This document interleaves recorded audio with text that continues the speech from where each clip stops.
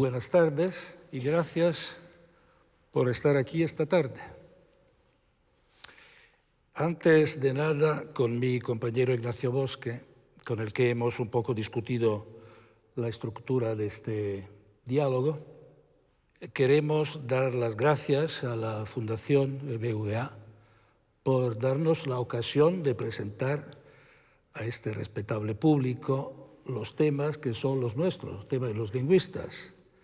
Nosotros los consideramos como científicos y académicos puros, y aunque hemos tenido en los 80 y 90 una fase bastante larga de fama, digamos, exterior a nuestra tribu, ¿no? de fama mundana, tras esa fase el trabajo se ha, digamos, un poco cerrado y nosotros trabajamos desde hace años un poco clausurados, ¿no? Un poco entre nosotros, lo cual es típico del saber científico. Por esto nos da particularmente gracias a los dos esta ocasión de presentaros de manera coloquial, por supuesto, unos aspectos de lo que hacemos como estudiosos y científicos. Saussure, el fundador de nuestros estudios, el fundador de la versión moderna de nuestros estudios, decía que el lenguaje es cosa demasiado importante para dejarlo enteramente a los lingüistas. Este lema es útil, lo aprovechan mucho varias personas en el momento en el que se forman ideas sobre las lenguas, el lenguaje y además sobre los lingüistas.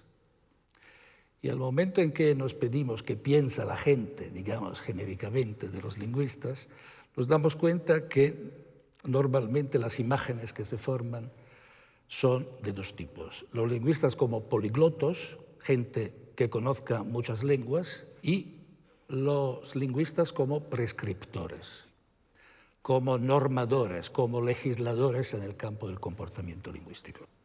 La primera cosa, la primera interpretación puede ser verdadera. Hay varios lingüistas que son efectivamente poliglotos. La segunda es seguramente falsa.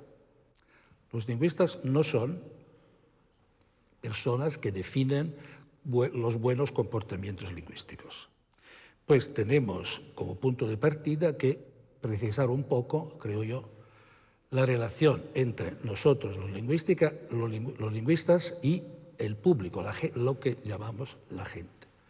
Y tenemos un pretexto muy actualizado y muy bueno, que es el artículo que Ignacio Bosque publicó hace unas semanas en El País sobre el tema del sexismo en el lenguaje, que, pese a ser un escrito de un científico, ha provocado, y sigue, me parece, ¿no?, provocando reacciones variadas, intensas, incluso bruscas y un poco contundentes.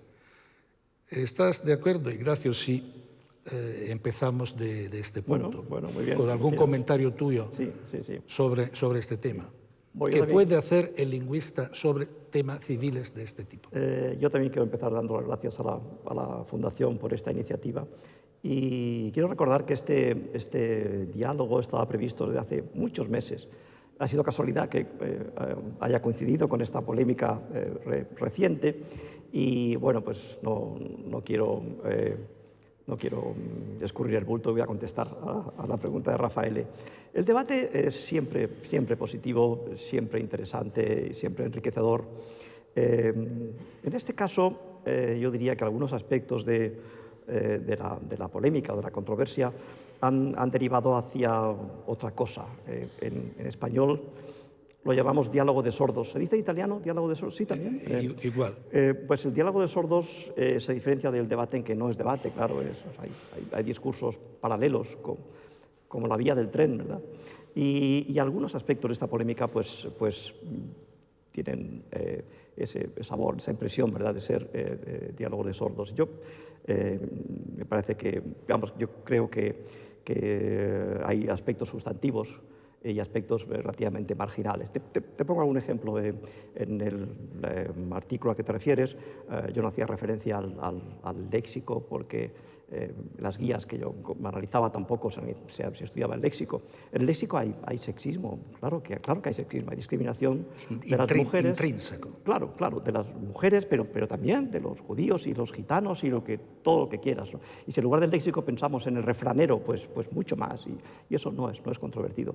La cuestión realmente central del debate es una cuestión sobre la que apenas se ha hablado en estos días en los medios. Era un punto muy concreto, era si el masculino en español y en otras lenguas, italiano por cierto también, ¿verdad?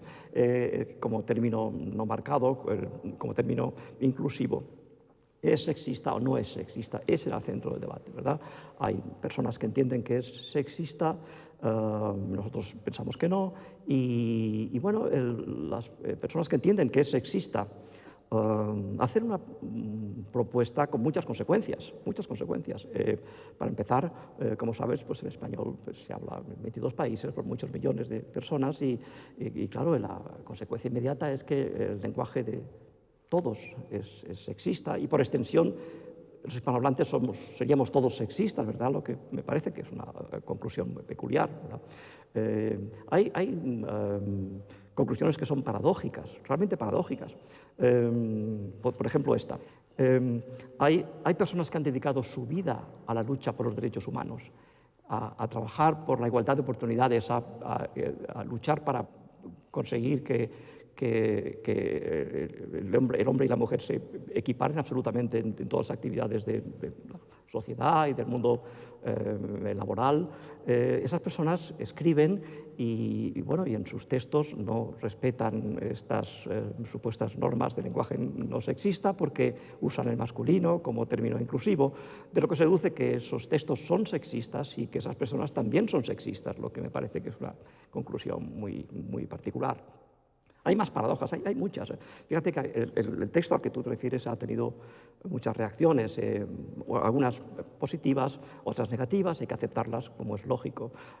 Algunas de las personas que criticaban el texto escribían su crítica usando el masculino en el sentido no marcado o llamado a veces genérico, es decir, usaban un lenguaje sexista para criticar nuestro sexismo, lo que parece ya que es rizar el rizo, ¿verdad? Y hay muchas más paradojas. Yo en el propio texto recordaba que algunas instituciones que patrocinan estas guías no siguen las recomendaciones de las propias guías. Yo me he leído bastantes números del Boletín Oficial de la Junta de Andalucía. Yo sé que hay entretenimientos mejores, pero bueno, me parecía ¿Qué descubriste? Descubrí que no seguían en absoluto las propuestas de la institución que... ¿Por qué no se puede, efectivamente? Ya voy a parar, es que ese problema es que no se puede. Y también he leído muchos documentos de comisiones obreras y de UGT y de otras instituciones que patrocinan estas guías y no las seguían, ¿no? Es decir, que, bueno, te das cuenta, son muchas paradojas encadenadas. Yo decía en mi artículo que es que si aplicáramos estas directrices de manera estricta, no se podría hablar, porque es imposible. Se bloquearía todo.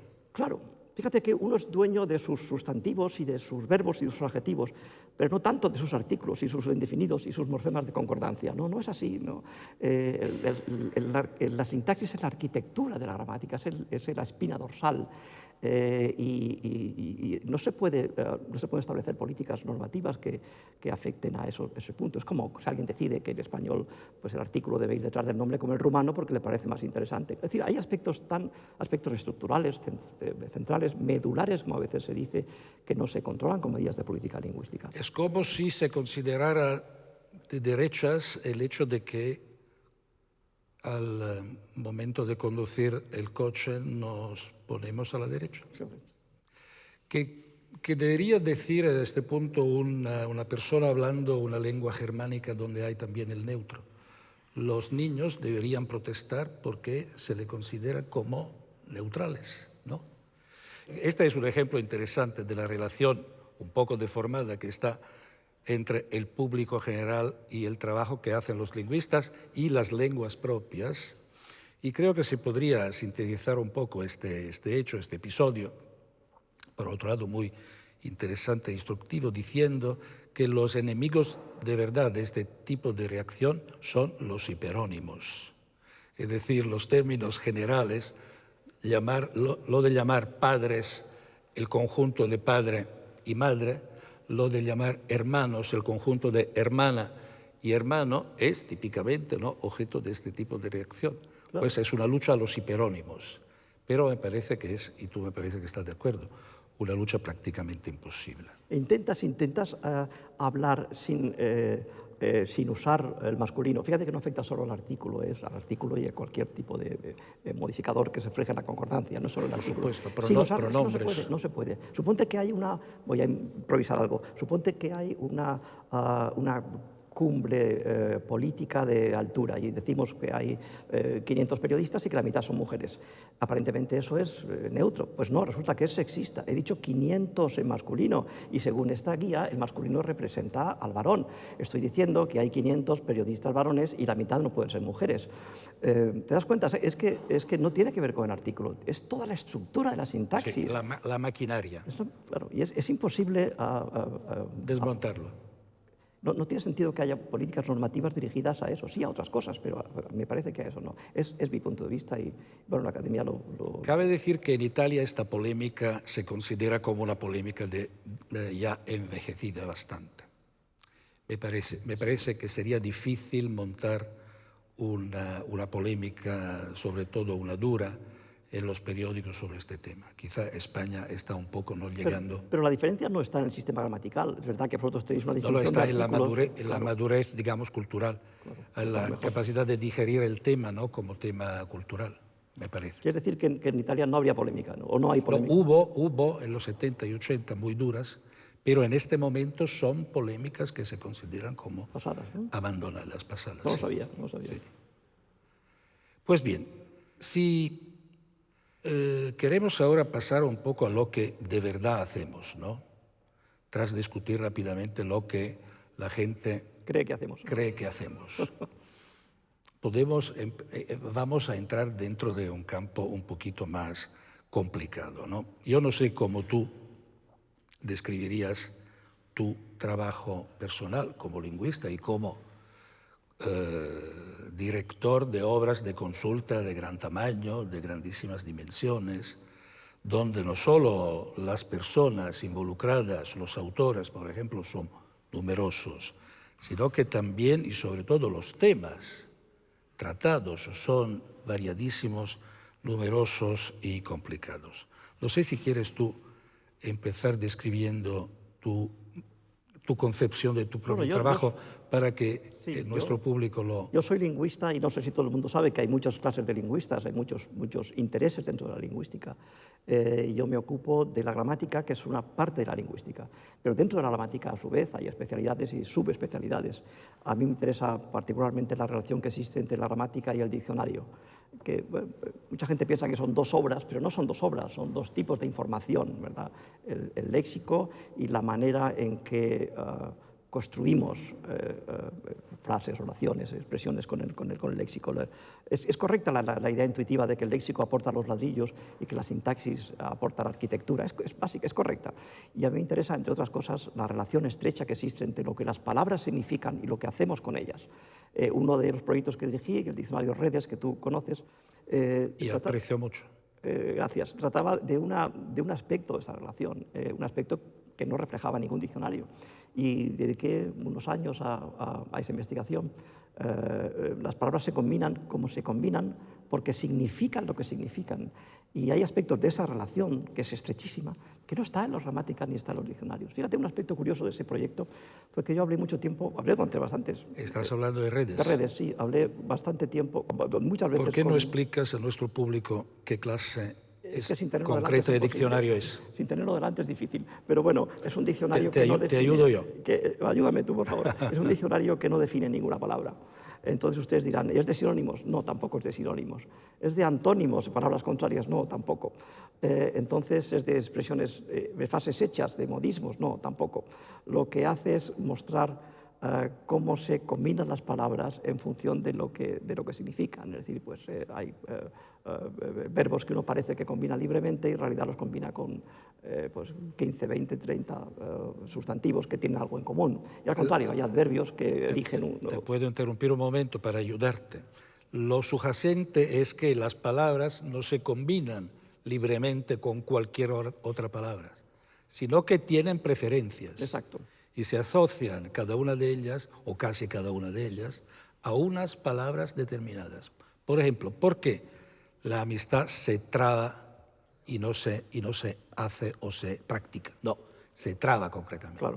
Es una relación entre palabras hecha de manera que cuando haya una, la otra estará en algún sitio en los alrededores. Fíjate, mucha gente piensa El diccionario de Ignacio Bosque, Redes, identifica y describe esta clase de relaciones, que son muchísimas en las lenguas. Nosotros conocemos una parte de ellas, no todas. Son muchísimas, sí, sí. Son muchísimas, de varios tipos. Mucha gente piensa que del significado de una palabra se deduce la forma en que se combina con otras. No es verdad, no es verdad. El adverbio infinitamente, vamos a definirlo, infinitamente, de manera infinita. ¿Está mal definido? No, está bien, ¿verdad? Infinito, que no tiene fin. Fin, final, término. Ahora díganme ustedes cómo se usa en español el adverbio infinitamente. Es imposible deducirlo de la definición. La definición nos ayuda a descifrar los textos, pero construir mensajes es cifrar, es lo contrario, es juntar las palabras y ponerlas en acción, en movimiento. De modo que de una buena definición no se deduce lo que hacemos con las palabras. Y este fue el origen del proyecto y estuve bastantes años trabajando, primero ideando el proyecto y luego llevándolo a la práctica. Pero el punto de arranque era simplemente eso. Una buena definición te permite reconocer una palabra en un texto, pero de ahí no deduces qué hacer con ella. Y esa información no está en ningún sitio. Bueno, sí, está en un sitio, en la cabeza de ustedes y en la mía, pero nunca había estado en el papel. Ese es el objetivo del proyecto. Estamos hablando de lo que hacemos los lingüistas. Exacto. Y tú estabas describiendo lo que, en tu opinión, es la estructura de nuestro trabajo. Es uno de los aspectos, hay muchos aspectos, pero ese es uno. ¿Y qué opinas si añado yo que los lingüistas acumulamos datos de varia naturaleza, intentamos describirlos, clasificarlos, es decir, repartirlos en clases, en tipos, y sobre todo intentamos reducirlos a regularidades, lo cual no es igual que regularidad, es decir, fenómenos que se repiten de una palabra a otra, de un campo a otro. Estoy de acuerdo hasta cierto punto. Hasta cierto punto. Es que si hay debate es mejor, ¿verdad? Hasta cierto punto. Si el acuerdo no es completo, sí, pero es mejor. Permíteme añadir unos detalles. Ah, vale. Luego se desatará la polémica. Agregaría a estas consideraciones el hecho de que al momento de intentar reducir los hechos lingüísticos a unas reglas, hay algunas hipótesis subyacentes, una de las cuales dice las reglas serán relativamente pocas, es decir, número restringido de reglas. Y además, a un momento dado, intentamos hacer el salto hacia el mundo, lo llamaría con gusto el mundo 3, como lo decía Popper, ¿no? El mundo de las teorías, para conectar la interpretación que acabamos de dar a unas interpretaciones más generales que podrían ser válidas para universos más amplios, más grandes. Por ejemplo, la lengua funciona como el cerebro, como la mente, como es una parte de la mente. Por supuesto. El salto, lo que yo suelo llamar el salto al mundo 3. Aquí me paro y te pongo la pregunta. Ahora estoy más de acuerdo. ¿Qué opinas? ¿Ahora estás más de acuerdo? Sí. Bien. Yo creo que el objeto de estudio no son los datos. El objeto de estudio es el sistema. Lo que yo llamo regularidades. Bueno, es el sistema como tal. Ya sabes que hay definiciones de la lengua como el conjunto de todas las emisiones producidas, es una definición completamente absurda. El ajedrez no equivale al conjunto de partidas que se han jugado y que se pueden juzgar, porque ningún conjunto equivale a un sistema. El ajedrez es un juego, es un sistema, y la lengua es un mecanismo, es un sistema, no es un conjunto de frases, por largo o pequeño que sea ese conjunto. Los lingüistas, bueno, algunos, no todos, trabajamos con corpus de datos, es decir, y sobre todo ahora que hay los medios informáticos permiten acceder a grandes bancos de datos. Pero yo creo que el objetivo... tema tendremos que decir algo más. Sí, yo creo que el objetivo, de nuevo, no es el corpus te ayuda. Es un instrumento. Es un instrumento. Yo confío mucho en la introspección. La introspección es el juicio que uno tiene de los datos como hablante nativo. Y si es observador, atento, pues la introspección provoca o da lugar a conclusiones muy interesantes. Desde luego, hay algo que la introspección no hace. La introspección no responde preguntas sobre paradigmas. Es decir, tú al hablante le puedes preguntar qué tal te parece, qué tal te suena esto o aquello, te puede decir que suena mejor o peor. La introspección, no da... pequeña nota terminológica para nuestro público, es la respuesta que uno se da a sí mismo a la pregunta ¿cómo te parece esta oración? ¿Correcta? ¿Incorrecta? ¿Funciona bien? ¿No funciona bien? La introspección es el juicio... Pero no solo eso, sino qué matiz tiene, en qué se diferencia. ¿Qué matiz tiene? ¿Qué registro? ¿Cómo te parece? ¿Popular? ¿Elegante? ¿Formal? O en qué se diferencia de esta otra. Y los matices son... En la lengua hay muchos matices porque todo es sutil. En el idioma todo es sutil. Y yo creo que trabajar en gramática es una manera de mostrar la sutileza. La lengua no nos regala nada, nos lo cobra todo. Una palabra la cambias de lugar y afecta al sentido. Un adjetivo lo pones delante o detrás y afecta al sentido. Pones indicativo y subjuntivo, pones una preposición u otra. La lengua no te regala nada, te lo cobra todo. Hay siempre algún matiz, siempre algo, a veces muy sutil. Y el hablante no se da cuenta, porque el hablante habla de manera natural, como camina y como respira. Y lo que intentamos hacer los lingüistas es entender ese complejísimo mecanismo que hay detrás de algo tan común como es el hablar. Estamos empleando un término con demasiada desenvoltura, en mi opinión, y es el término dado o hecho lingüístico. Creo que podemos decir algo más sobre este punto. ¿Qué son los hechos lingüísticos? Antes de la informática, de la revolución digital, los hechos lingüísticos solo eran de dos clases. Lo que habían escrito los autores y, más modernamente, lo que se podía grabar de comportamientos lingüísticos de locutores concretos. La informática ha hecho posible una nueva concepción de hecho lingüístico, de dado lingüístico. Es decir, nosotros hemos empezado a partir de ese momento a ocuparnos también ampliamente, intensivamente, de hechos que desde el punto de vista de la corrección en el sentido escolar o formal del término, la corrección lingüística, son erróneos. Los lingüistas queremos a los comportamientos lingüísticos erróneos, ¿es verdad? ¿Se puede decir así? Bueno, porque ellos revelan aspectos importantes de la estructura del sistema. Porque los errores también suponen una gramática, unas regularidades. Y por este motivo, los comportamientos que clasificamos nosotros como correctos nos interesan no más y no menos que los incorrectos, porque los dos incorporan gramáticas. Y un gran reto de la lingüística es el de investigar si las dos gramáticas, la que aúna los comportamientos correctos y la que organiza los comportamientos incorrectos, son a un punto determinado de la reflexión coincidentes, ¿no? Yo haría un matiz sobre ¿Qué opinas? Esto. Sí, estoy de acuerdo en parte. Yo creo que hay dos tipos de anomalía.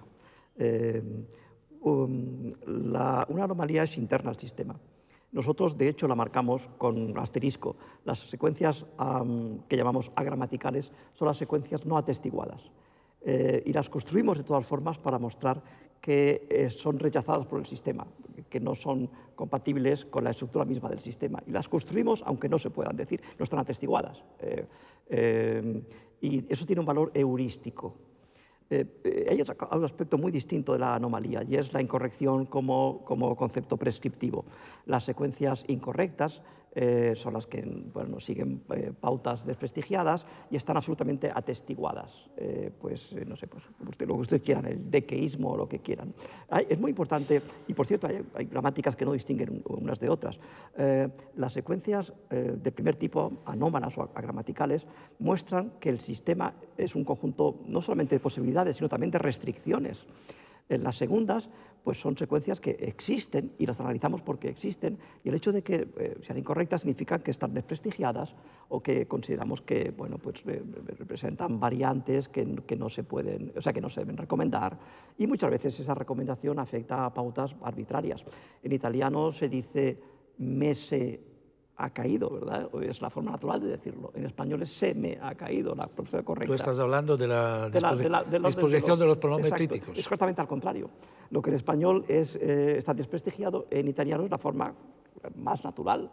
Y hay muchos casos similares. De forma que las secuencias que llamamos incorrectas están atestiguadas, existen y pertenecen a niveles de lengua o de registro o variantes que consideramos no recomendables, pero existen. Las otras no existen. Las otras a veces las construimos para mostrar las restricciones del propio sistema. Si todo fuera posible en un sistema, no habría sistema. Si no hay límites en un sistema de comunicación o de expresión, tal sistema no existe. Todo sistema es un conjunto de posibilidades y, por tanto, de límites también. Creo que es preciso a este punto informar al público que aquí empieza a medirse una diferencia entre tu punto de vista y el mío. Pero eso es bueno, ¿no? No, para que nuestros amigos lo sepan. En mi opinión, la idea de estresar el sistema lingüístico produciendo oraciones o ejemplos que no se pueden producir, es decir, imposibles, que es lo que está teorizando Ignacio en este momento, es un método que no funciona. Yo prefiero, como estudioso, observar los comportamientos variantes, es decir, incorrección, lo que nosotros clasificamos como incorrecciones por parte, por ejemplo, de locutores no particularmente instruidos, educados o cultivados, los que en italiano se llama las personas de media cultura, o los semi-incultos también, o bien observar lo que hacen con respecto a una lengua nacional sus dialectos. Ahí se realizan variaciones que no son cosas imposibles, sino que son, sí, posibles. Y la comparación de lo que ocurre en la lengua nacional y las variaciones que hay en sus dialectos y en el comportamiento de la gente de media o baja cultura me parece más instructivo que el estudio de fenómenos estresados que se refieren a formas imposibles. Pero no es contradictorio en absoluto. Son dos maneras de pensar distintas. Bueno, es tener más interés en una que en otra o insistir más, pero son perfectamente compatibles. Tú insistes más en la observación y en la descripción, y yo estoy totalmente de acuerdo, pero hay un tercer componente, que es la experimentación. En las ciencias, muchas ciencias son experimentales porque dan un paso más que la simple observación. La experimentación significa poner las situaciones normales, habituales, en contextos particulares y ponerlas a prueba y ver qué resultado dan. En mi opinión, uno de los grandes avances en la investigación gramatical de los últimos 50 años es haber acudido a la experimentación. El hecho de que una construcción sea posible o imposible muestra propiedades del sistema gramatical. Si todo fuera posible, no habría sistema. Pero eso es perfectamente compatible con lo que tú acabas de decir. Existen variedades lingüísticas, geográficas, sociales, en todas las lenguas que hay que analizar con sumo detalle. Es la observación y la descripción atenta de la realidad. Eso es la ciencia. pero la descripción atenta de la realidad es perfectamente compatible con la experimentación, porque para entender un sistema, en mi opinión, hay que averiguar también sus límites, su potencialidad. Como decía antes, si todo es posible, no hay sistema. De modo que son dos vertientes de la misma idea, insistir más en la descripción o la observación o añadir como un tercer componente la experimentación. ¿Y qué va a pasar en el momento en el que se abre la inmensa disponibilidad de la red, que es, desde cierto punto de vista, sobre todo una inmensa masa de hechos lingüísticos, incontrolados por parte de los autores, de los que escriben, incontrolado por partes de los tradicionales controladores de comportamientos lingüísticos como docentes, ¿no?, gente cultivada, etcétera. Es decir, es un río prácticamente sin control que se va expandiendo en todas direcciones y que empieza a formar el, no nosotros, sino el norma.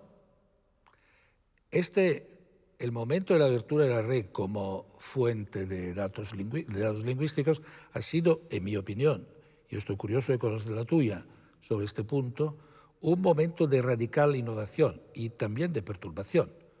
Porque en el momento en el que tú dices este hecho, en base al razonamiento que acabas de hacer, es imposible, nada excluye que abriendo una pantalla en la red encuentre exactamente esa forma. Muy buena observación. Es decir, el concepto de posible e imposible se encuentra en este momento bajo una situación de esfuerzo dramático, porque toman la palabra personas que hace unos años solo nunca habrían tomado las palabras y son personas que están modificando la estructura de las lenguas. Te doy mi respuesta. Primero, los datos están a nuestro favor. No trabajamos nosotros para ellos, sino ellos para nosotros. El observador siempre controla el dato, no es el dato el que controla al observador. Cuando decimos que tal construcción es imposible, queremos decir que no significa tal cosa y que no tiene tal interpretación o que tiene esta interpretación y no aquella otra, de modo que no que sea imposible en cualquier contexto imaginable.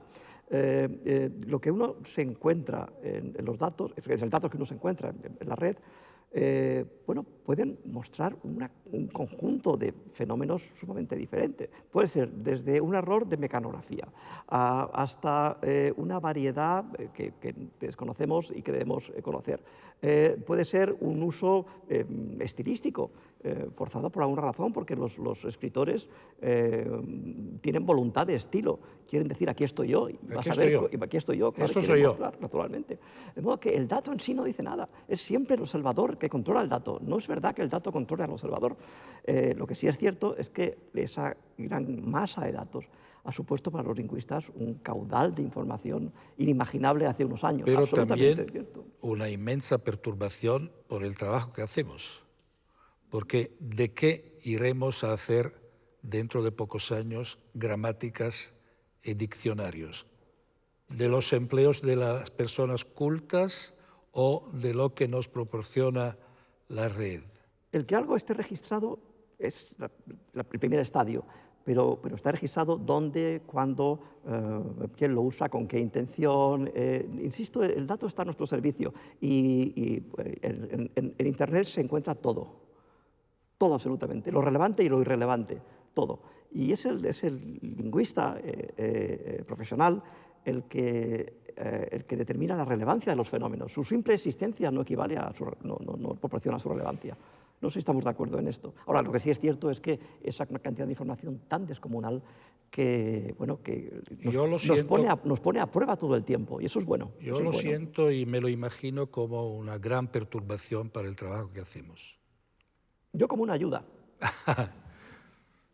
Como una herramienta, como un instrumento. Como una herramienta. Pues no sientes, no percibes nada, digamos, inquietante, preocupante o... No, estoy encantado que haya tanta información. Lo difícil que era encontrar los datos. Yo estoy hablando del lenguaje de la red. Sí, la forma lingüística que Te refieres a la posibilidad de encontrar datos en los que nunca habías pensado. Exactamente. Es lo que yo desearía. Es decir, de hecho, muchas veces intuimos que cierta construcción es posible, no conocemos sus variantes y la red nos proporciona datos instantáneos, reales, y son materiales utilísimos. Aquí también se nota una diferencia, ¿no? Me parece más tranquilo mi compañero Ignacio Bosque, yo soy bastante más inquieto. Yo creo que los lingüistas históricamente hemos descuidado la fuerza innovadora e incluso destructora del habla de la gente no cultivada. Porque siempre esta gente ha sido obligada en callarse, en quedarse silenciosa.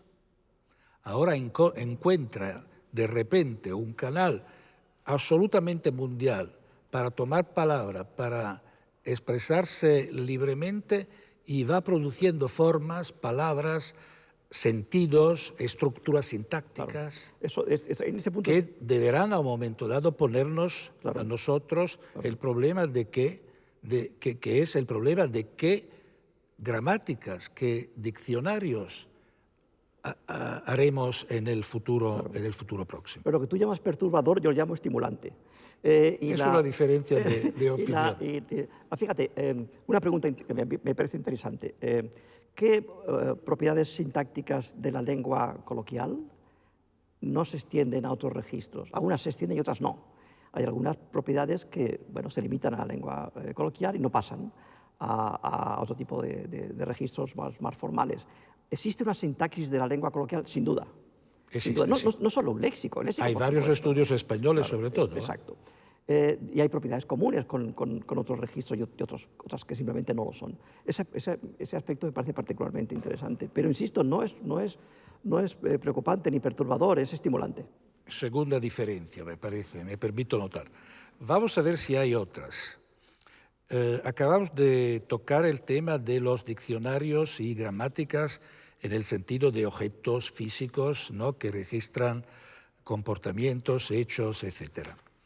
Este es un punto diría yo, de acuerdo y de encuentro entre Ignacio Bosque y mí, porque los dos tenemos cierta vocación a meternos en hazañas, de inmenso tamaño. No, tú lo has hecho. Tú lo has hecho varias Tú veces. también. Él ha dirigido varios tratados colectivos sobre la gramática, la estructura gramática española. Acaba de publicar uno de tipo panhispánico, digamos, ¿no?, sobre las variedades de los españoles en el mundo.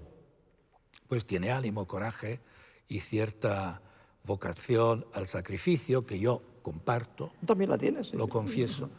Yo no he hecho gramáticas, sino diccionarios, varios, con decenas de personas involucradas. Pues, y la enciclopedia del italiano. Y la enciclopedia del italiano, que acaba de parecer ahí controlando o tirando la rienda a 200 autores, que son un número monstruoso. Pero lo que quería decir es: ¿qué tipo de trabajo es, en tu opinión, como persona extremadamente práctica en este campo, el de condensar a un momento dado de su carrera su propia sabiduría y la sabiduría de una generación entera de estudiosos dentro de una obra colectiva de consulta? ¿Cuál impulso te determina a meterte en astilleros parecidos? Bueno, pues yo a veces he elegido yo el proyecto y otras veces me han elegido a mí para el proyecto. Yo he participado en 3 proyectos colectivos de cierta envergadura. Uno de ellos es Redes, del que hemos hablado antes. Ese lo elegí yo. Yo ideé el proyecto y trabajé con un gran equipo. Y fue un periodo muy estimulante, pero el proyecto fue idea mía. Otro proyecto fue la gramática descriptiva de la lengua española en 3 grandes volúmenes que coordinamos Violeta de Monte y yo durante 6-7 años. Era una de gramática del español. Dividimos toda la materia en 80 capítulos, elegimos un especialista para cada capítulo y... ¿Cuántas personas eran? Sí, 70 y tantas o 80, sí, por ahí. Menos que en tu proyecto, que eran 200. Menos que las mías. En tu caso eran 200, ¿verdad? Sí. Casi 200, sí. Y bueno, lo que hicimos nosotros fue establecer las coordenadas, el vocabulario común, y ese fue un proyecto muy, muy interesante. El tercer proyecto duró 11 años y fue la coordinación de la nueva gramática de la Asociación de Academias, un proyecto sumamente estimulante en el que trabajamos 22 academias para describir lo que nos une, que es mucho, y lo que nos diferencia también en el idioma que compartimos. Fue un proyecto apasionante, es una de las etapas de mi vida más interesantes. He conocido muchos lingüistas americanos, he trabajado codo con codo y casi día a día con ellos durante estos 11 años, y he aprendido bastante del español de América, del que yo no sabía casi nada antes de empezar este proyecto. Habrás hecho descubrimientos también por lo que al español de España se refiere, creo yo, ¿no? En España, y esto se olvida, vivimos el 10% de los hispanohablantes del mundo. El 90% bueno, está en América. ¿Pero se percibe como casa madre España o no? Sí, y está bien saber qué compartimos y qué no compartimos. Cada persona sabe cómo habla él o ella y sabe cómo se habla en su grupo social, quizá en su pueblo, en su ciudad, y a lo mejor en su país, si el país no es muy grande. Pero más allá, ¿cuánto comparte cada hispanohablante con los demás hispanohablantes? Esta pregunta no es muy frecuente, pero es importante. Te pongo un ejemplo. Hay construcciones que en España usamos todos, porque bueno, pues son de uso común y los usamos, da igual en qué región de España, se usan en todas partes. En América son desconocidas, pero como aquí las usamos todos, pensamos que son universales, pero no es así. Y entonces en esta gramática lo que intentamos es que cada hablante se vea reconocido, que vea cuánto comparte con los demás. Decimos, esta construcción se usa en España, y cuando lo ve un español dirá, pero no es universal. ¿Y el proceso cómo se presenta, en tu opinión? ¿El español de América Latina acabará por ser, con respecto al español de España, como el portugués de Brasil con respecto al portugués de Portugal? Yo creo que no. El grado de... Donde ha habido un desplazamiento prácticamente, una separación casi, ¿no? Efectivamente. Yo creo que no. Yo creo que el grado de comunicación en el español es... de intercomprensión, quiero decir, es muy alto. Una persona que viva en el norte de México se entiende perfectamente con alguien que viva en el sur de la Patagonia. Naturalmente que hay diferencias léxicas. Pero es que ¿Y con España? También, perfectamente. Fíjate que tú estás en cualquier punto, te mueves 50 kilómetros y encuentras diferencias en el léxico. 50 kilómetros en cualquier dirección. El léxico es lo más cambiante. Eso es universal. Claro. Es uno de los aspectos regulares del lenguaje. La gramática cambia muy lentamente.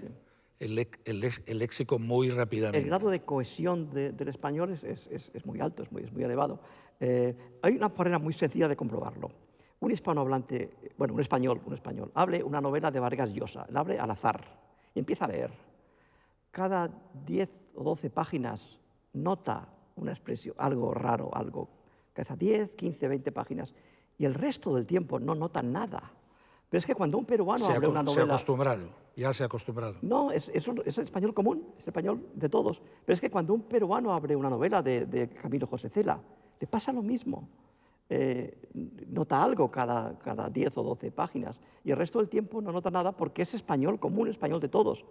Y bueno, a mí me parece que eso está muy bien, que es el hecho de que el grado de cohesión sea tan elevado es estupendo. Y después de una tal cabalcada, que ha sido una cabalgada que ha durado años, ¿no? Décadas casi, ¿cuáles son,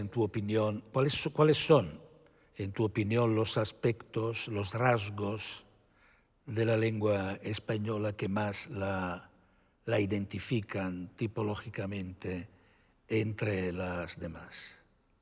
Bueno, entre las románicas... Entre las románicas, para empezar. Está muy estudiado y aparecen todos los manuales de español para extranjeros, ¿verdad? Todo manual de español para extranjeros tiene un capítulo para ser y estar. Sí, nunca falla, ¿verdad? Habrá otras cosas. Claro, ya que hablamos de español para extranjeros, yo no creo que exista español para extranjeros. Yo me diferencio No, de yo ese tampoco, punto. yo Me tampoco. diferencio de todos mis colegas, o casi todos, muchos de los que yo... Yo creo que hay que español para japoneses es algo distinto de español para italianos y español para, bueno, pues francófonos o español para lo que quieras, ¿verdad? Casi todos los manuales de español para extranjeros tienen un capítulo para canté y cantaba. Pero a un italiano no hay que explicarle nada del significado del imperfecto en español, porque el imperfecto en español es exactamente igual que El el italiano italiano. puede tener dificultades, tener problemas con lo que a la distinción pasado... Eso es, canté y he cantado, esa distinción. He cantado, canté. Claro, Eso pero, puede formar problemas. Pero cantaba no. No, Pero para un alemán, eso no, en absoluto. para un alemán, para un anglohablante, para una persona que hable japonés, la distinción entre canté y cantaba es dificilísima, complejísima. De modo que, bueno, español para extranjeros es un concepto muy particular. Se supone que hay un español común perdón, un conjunto de pautas que un extranjero no va a entender, pues yo no estoy de acuerdo con eso. Yo creo que depende de cuál sea su lengua nativa. Y yo sí creo firmemente en la lingüística contrastiva. Creo que un curso de español para anglohablantes tiene todo el sentido del mundo. Un curso de español para hablantes de chino tiene todo el sentido del mundo, para hablantes de árabe. Pero un curso de español para extranjeros en sí mismo es un concepto, en mi opinión, demasiado abarcador. Es un punto de vista particular y mis colegas no están de acuerdo. No, yo tampoco tendería a no estar de acuerdo, porque, por ejemplo, el italiano tiene un par de rasgos que, en mi opinión, son distintivos de esta lengua, que al momento de pasar al español en una traducción o en el aprendizaje del español o de otras lenguas románicas, siempre forman problemas. Esos son el hecho de que el italiano emplea de manera absolutamente abundantísima la estructura factitiva, hacer, fare. Es decir, el italiano presenta, codifica como factitivas estructuras de eventos que no son factitivos. Eso es una cosa típica del italiano, que el español no tiene y que el francés tampoco tiene. Y los italianos, aprendiendo estas lenguas, siempre topan con estas características que ellos esperan encontrarlas en las lenguas hermanas de la suya, pero no las encuentran. El otro aspecto del italiano que me parece muy específico es el hecho de que en italiano la estructura pasiva tiene un empleo amplísimo. Nosotros, para así decirlo, pasivamos mucho más de lo necesario. Bueno, nosotros combinamos... El libro que en español se publica, en italiano ha sido publicado. Aunque no hay nada propiamente pasivo en este caso. Pues el italiano es una lengua que codifica de manera amplísima la pasiva y la factitiva. Es una diferencia importante con el español. Nosotros usamos mucho la pasiva refleja, la pasiva con se, efectivamente. Sí. Son distinciones importantes entre dos lenguas que en apariencia son lenguas muy cercanas una de otra. ¿Qué dirías tú si en tu caso como en el mío se hablase de lexicomanía? Nosotros, yo sobre todo, necesitamos hacer diccionarios. Tú también, me parece. Bueno, necesitar no. La mía era una hipérbole, por supuesto. Claro. No, pero te doy mi punto de vista. No quería denunciar una enfermedad. Yo no soy lexicógrafo. No soy lexicógrafo. Los lexicógrafos son los lingüistas especializados en diccionarios. Y los lexicólogos son los lingüistas especializados en el significado de las palabras. Sean o no, o sea, hagan o no diccionarios. La forma en que las palabras se agrupan, y la forma en que se oponen también. Eso es lexicología. La lexicografía es la confección de diccionarios. La práctica. Claro. A mí me interesa la lexicografía menos frecuente. Me interesan los aspectos del léxico, como antes explicaba, relacionados con la sintaxis. Si una distinción en el significado de 2 o 3 palabras, o las que sean, no tiene ninguna consecuencia para la construcción, me interesa menos. Lo que pasa es que casi todo tiene consecuencias para la construcción, casi todo, casi todo.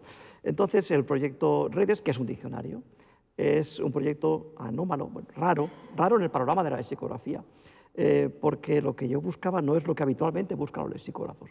Una cosa curiosa, yo hablé con bastantes lexicógrafos y me decían, bueno, pero ¿tú qué haces? Este diccionario, esto no es lexicografía, esto es gramática encubierta. Y luego hablé con gramáticos y me decían, esto es un diccionario, al fin y al cabo esto no es gramática. Cada uno pensaba que la tarea correspondía al otro. En español hay un refrán que a mí me gusta mucho que dice, los unos por los otros, la casa sin barrer. Significa que cada uno entiende que la tarea de la que se habla corresponde al otro, que no es propia. De limpiar, no es la suya. No es la suya. De modo que yo no soy lexicógrafo, pero tengo varias ideas sobre diccionarios que nunca haré, nunca llevaré a la práctica, porque los diccionarios son proyectos editoriales, estamos en tiempo de crisis, la crisis va para largo, como ustedes saben, un diccionario es una empresa. Es una Pero obra... en el término de lexicomanía tú has visto un elemento de acusación, porque lo has convertido pronto en lexicógrafo, lo cual no eres. Yo estaba hablando de léxico. Claro, o sea, claro. Sé bien que no eres lexicógrafo, sino lexicólogo. Yo también. Una vez que uno comentó que mis diccionarios eran obra de buen lexicógrafo, yo he tenido una reacción brusca también. El público quizá no sepa que tú has dirigido el diccionario analógico italiano, que es una obra descomunal. Sí, por eso estaba comentando que los que nos interesa y que nos aúna a nosotros, me permito sugerir esta interpretación, es la pasión por los diccionarios atípicos. Atípicos, eso es verdad. Eso por los típicos no tanto. Te conviene mejor. Bien. Por los típicos no, es verdad. El suyo, combinación de palabras, muy atípico. Y supone siempre, ¿no? Me comentabas hoy, una bastante larga explicación para que el público entienda de qué se está hablando. Claro. En mi caso, un diccionario analógico también supone una explicación. Un diccionario analógico es un diccionario que identifica e intenta describir la manera de pasar de una palabra a otra. Por ejemplo, los diccionarios normales no dan cuenta del hecho de que la palabra agua está relacionada con la palabra hídrico o hidráulico. Ambas entradas están dispersas en el cuerpo del diccionario.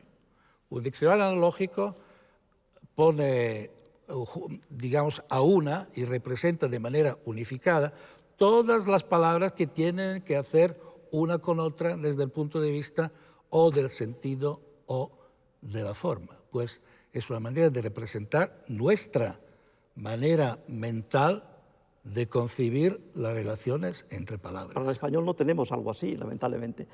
Un ejemplo similar al tuyo. Cualquier diccionario del español, cualquiera, sin excepción, nos lleva desde la palabra rural a la palabra campo. Todos. Exactamente. Ahora, díganme ustedes, ¿qué diccionario nos lleva desde la palabra campo a la palabra rural? O cultivador, o cultivar, etcétera, sí, ¿no? Ninguno. Bueno, el de Rafael sí.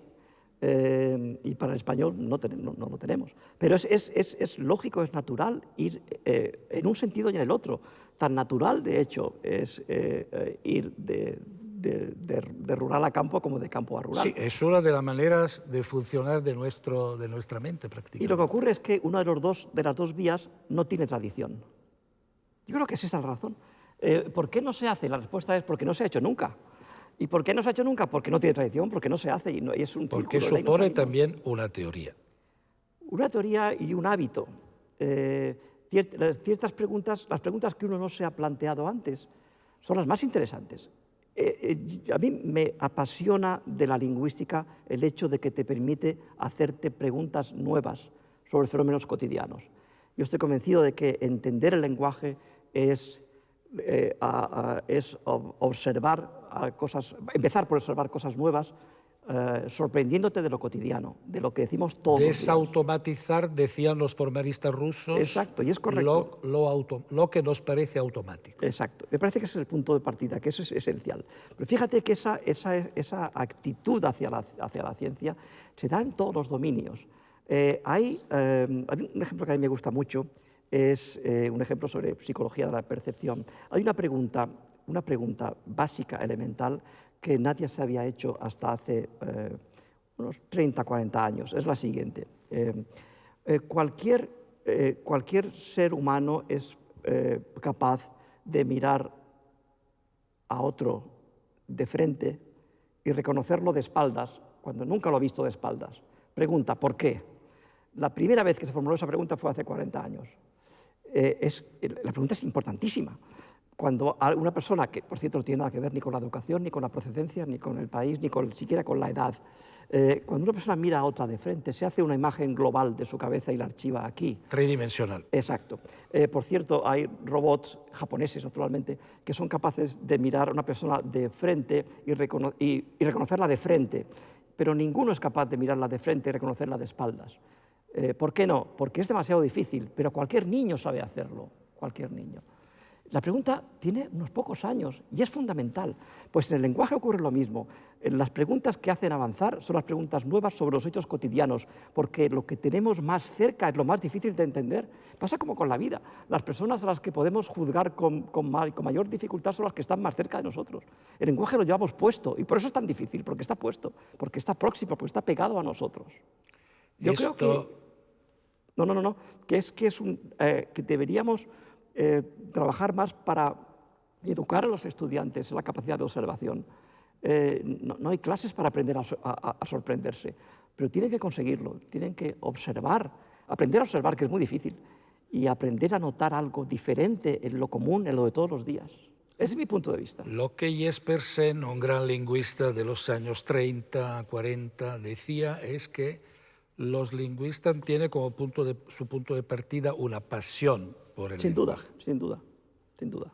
Es un elemento que es difícil compartir con los demás, ¿no? Porque la gente puede tratar las lenguas como objetos prácticos, mientras para el lingüista las lenguas son maneras distintas de solucionar problemas de varias clases. ¿No te parece que la gente lo que piensa es que las lenguas son como códigos de la circulación, como un código de derecho mercantil, algo que está ahí fuera que no tiene que ver con nosotros? Pero de esta manera acabamos de pasar al último vertiente de este diálogo, que es lo que al comienzo me he tomado la libertad de llamar el salto al mundo 3.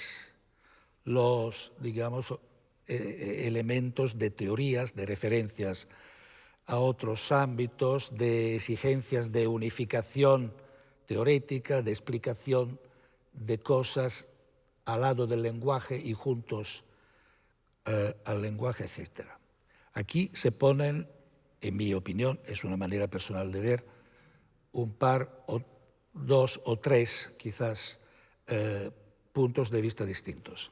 Uno de ellos hace referencia a la dimensión mental, cognitiva, lo que hace nuestro cerebro, nuestra mente, lo que ocurre en nuestra cabeza al momento de hablar o de interpretar lo que estamos recibiendo como receptores.